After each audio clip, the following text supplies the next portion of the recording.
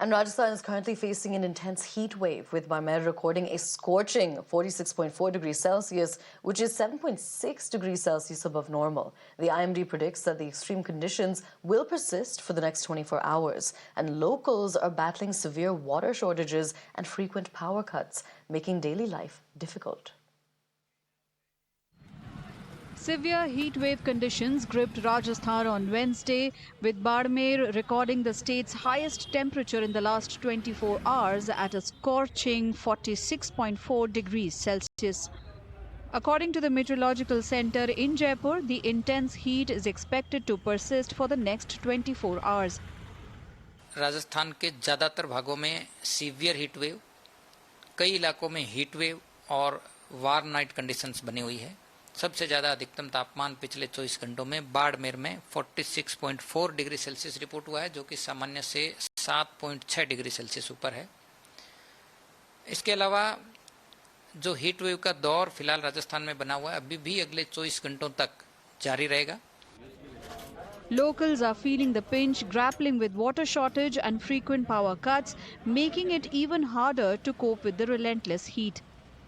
ज़्यादा से ज़्यादा गर्मी पड़ रही है, पानी की किल्लत है और लोग हैं जो मवेशी है, पक्षी है, वो मर रहे हैं। ज़्यादा से ज़्यादा गर्मी पड़ रही है। क्या लोग क्या बचाव कर रहे हैं इस गर्मी को लेकर? क्या बचाव कर रहे हैं, लोग मर रहे हैं। गर्मी ज़्यादा पड़ी है, इससे ज़्यादा पड़ी तो लोग मरेंगे और क्या होगा।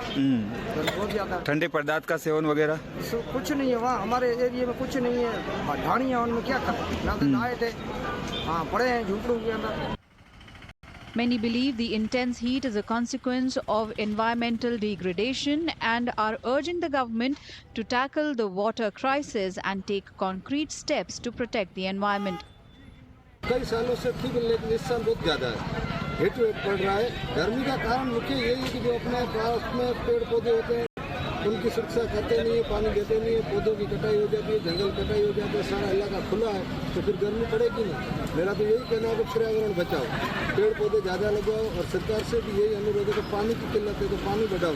पानी की वजह से पेड़ पौधे होंगे तो गर्मी कम रहेगी।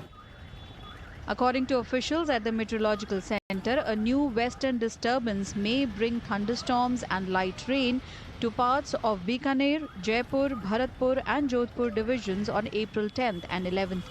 These showers are expected to lower temperatures by 2 to 4 degrees, offering some much-needed respite from the intense heat. एक नया पश्चिमी विक्षोभ अगले 24 घंटों में ही सक्रिय होने की संभावना है, और इस सिस्टम के असर से 9-10 अप्रैल से ही कुछ भागों में थंडरस्टॉर्म, डस्ट स्टॉर्म की एक्टिविटी होने की संभावना है। खासकर बीकानेर संभाग, शेखावटी क्षेत्र, जयपुर संभाग और भरतपुर संभाग के कुछ इलाकों में दोपहर बाद थंडरस्टॉर्म डेवलप होने, तेज आंधी भी हो सकती है। इस दौरान 40 से 50 किलोमीटर पर आवर तक की तेज हवाएं भी रिपोर्ट हो सकती है। तो इस सिस्टम के असर से अगले 24 घंटों बाद तापमान में 2 से 4 डिग्री सेल्सियस की गिरावट होगी। However, temperatures are expected to rise again from April 14th and 15th, ushering in another spell of severe heat beginning in southwestern Rajasthan.